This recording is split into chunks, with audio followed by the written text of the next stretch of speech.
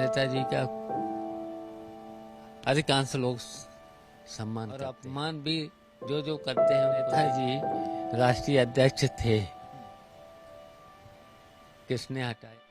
क्या भूल गए मुलायम सिंह शिवपाल यादव की कुर्बानियां? जेल जाने से लेकर राजनीति के शिखर पर पहुंचाने तक नेताजी के छोटे भाई का रहा लक्ष्मण जैसा रोल। सपा ने लेटर जारी कर फिर से किया शिवपाल यादव का अपमान। शिवपाल के बगैर क्यों एक भी चुनाव नहीं जीत पाए अखिलेश यादव?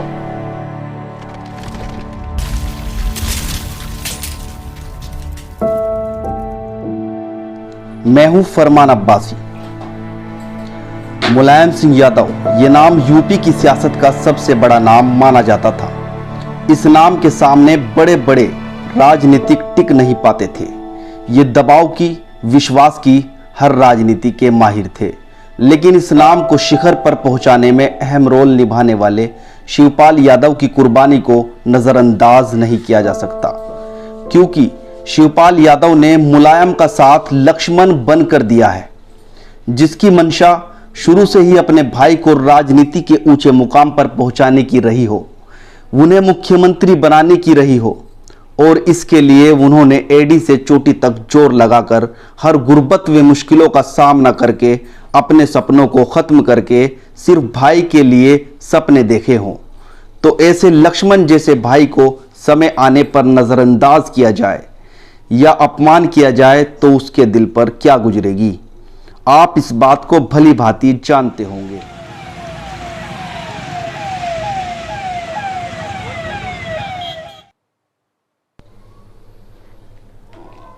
जी हां, शिवपाल यादव एक ऐसी शख्सियत जो किसी परिचय के मोहताज नहीं है। कहा जाता है कि हर कामयाब इंसान के पीछे किसी महिला का हाथ होता है, लेकिन मुलायम सिंह यादव की कामयाबी के पीछे शिवपाल यादव का हाथ है। क्योंकि इमरजेंसी में मुलायम का जेल जाना रहा हो या कोई भी मुश्किल घड़ी रही हो, हर समय मुलायम के साथ शिवपाल चट्टान की तरह खड़े रहे। भाई को बड़े मुकाम पर पहुंचाने के लिए शिवपाल यादव ने कड़ी मेहनत की है। 1967 में मुलायम पहली बार विधायक बने। राजनीति में तरक्की का शुरुआती दौर था, संघर्षों के दिन थे। हर बड़ी बड़ी सभाओं की जिम्मेदारियां शिवपाल यादव के कांधों पर होती थी। भीड़ जुटाने से लेकर मंच सजाने तक का कार्य शिवपाल भाई के लिए करते थे। बचपन में अखिलेश यादव अपने चाचा शिवपाल से ज्यादा लगाव रखते थे, क्योंकि नेताजी के राजनीति में व्यस्त रहने तथा संघर्ष के दौरान जेल चले जाने पर शिवपाल ही स्कूल व घर की जिम्मेदारियां निभाते थे। साफ तौर पर कहे तो संघर्ष के दिनों में मुलायम सिंह यादव के लिए उनके छोटे भाई लक्ष्मण की भूमिका निभाते थे। शिवपाल शुरू से ही अपने बड़े भाई मुलायम सिंह को अपना राजनीतिक गुरु मानते थे। उनका बेशुमार सम्मान आज भी करते हैं। उन्हें लगता था शायद उनकी कीमत नेताजी की नज़र में औलाद से भी बढ़कर होगी, लेकिन ये गलत फहमी 2016-17 में दूर हो गई। हालांकि सन 2018 तक भी शिवपाल यादव को लग रहा था कि उनके भाई मुलायम बेटे को छोड़कर उन्हीं के साथ। शिवपाल यादव ने प्रगतिशील समाजवादी पार्टी की स्थापना भी अपने भाई के आदेश पर ही की थी, लेकिन बाद में साबित हो चुका था कि शिवपाल को किनारे लगाने और अपने बेटे को समाजवादी का सरताज बनाने की ये सब चाल थी। आज वास्तव में शिवपाल यादव यदि कहीं भी जाते हैं तो उनकी इसमें कोई खता नहीं, क्योंकि 2016 से अब तक लगातार उनका अपमान अखिलेश यादव द्वारा होता आया है। 2022 के चुनाव से पहले एक टीवी इंटरव्यू में अखिलेश यादव ने शिवपाल के सवाल पर कोई खास बात नहीं की थी। जबकि शिवपाल से सवाल किया गया तो उन्होंने कहा था कि भतीजा मिलना ही नहीं चाहता, फोन पर बात भी नहीं करता। इसके बावजूद भी शिवपाल ने सपा के साथ गठबंधन किया और चुनाव सपा के सिंबल से लड़ा। यही नहीं, उनके बेटे को भी टिकट नहीं मिला, सिर्फ एक ही टिकट मिला। उन्होंने फिर भी उफ तक न की। उन्हें चुनाव के बाद होने वाली सपा की नेता प्रतिपक्ष चुनने के लिए मीटिंग में भी नहीं बुलाया गया। शिवपाल के बेहद करीबी, उनके सबसे बड़े वफादार नेताओं में से एक इलम सिंह गुज्जर ने बताया कि उनके नेता शिवपाल से राष्ट्रपति चुनाव में वोट नहीं मांगी गई, न मीटिंग में बुलाया गया। ऐसे में कोई अपमान कहां तक सहे। राष्ट्रपति चुनाव के बाद सपा ने प्रगतिशील समाजवादी पार्टी के राष्ट्रीय अध्यक्ष शिवपाल यादव को लेटर लिखकर उन्हें स्वतंत्र होने की बात कही और लिखा कि आप कहीं भी जा सकते हैं जहां आपको सम्मान मिले। ये भी बात किसी से ढकी छिपी नहीं है कि सपा अध्यक्ष अखिलेश यादव के नेतृत्व में सपा ने कोई भी बेहतर प्रदर्शन नहीं किया। किसी भी चुनाव में कोई सफलता नहीं मिली, बल्कि सोम डिम्पल यादव, अक्षय यादव, धर्मेंद्र यादव तक चुनाव हारे, जिसकी खास वजह शिवपाल यादव नेताओं व कार्यकर्ताओं को लीड करने में अव्वल थे। वह सपा के पहले नेता हैं जो कार्यकर्ताओं से सीधे जुड़े थे। उन्होंने ऊंच नीच, संघर्ष, लाठियों का सामना किया है।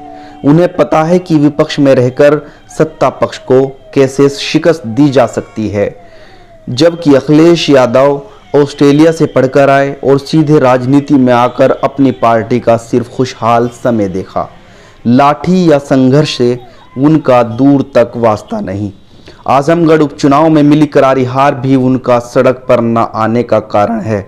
ऐसे में शिवपाल होते तो वो नेताजी की चाणक्य नीति से मौजूदा सरकार का सड़क पर आकर मुकाबला करते। सरकार की लाठी या बुलडोजर का उन पर कोई असर न होता। अपनी वोट बैंक के हक की बात करते, ना कि उनके मुद्दे पर इसलिए चुप रहते कि बोलने पर वह नाराज हो जाएंगे जो हमें कभी वोट देते ही नहीं। अखिलेश यादव ने कुछ मौका परस्तों के लिए हीरे जैसे चाचा को छोड़ा। अखिलेश यादव के इर्द गिर्द घूमने वाले तथा सही हो या गलत हर फैसले पर जय जयकार करने वालों की वजह से सपा कमजोर हो रही है।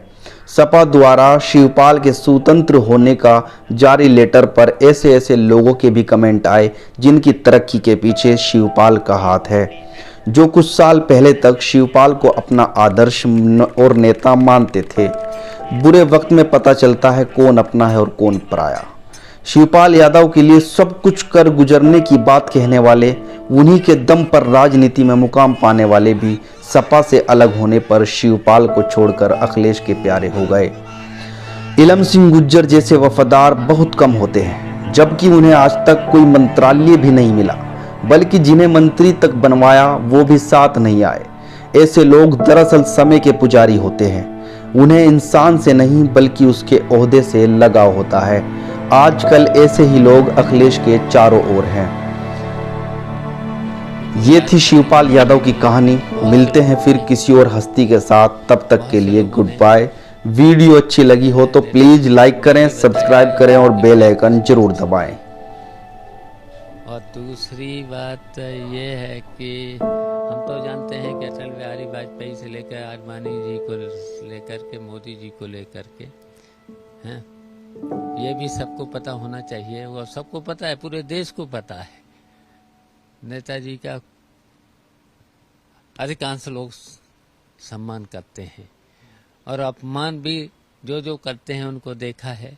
मैंने तो बहुत नज़दीक से देखा है। जब नेताजी राष्ट्रीय अध्यक्ष थे, किसने हटाया?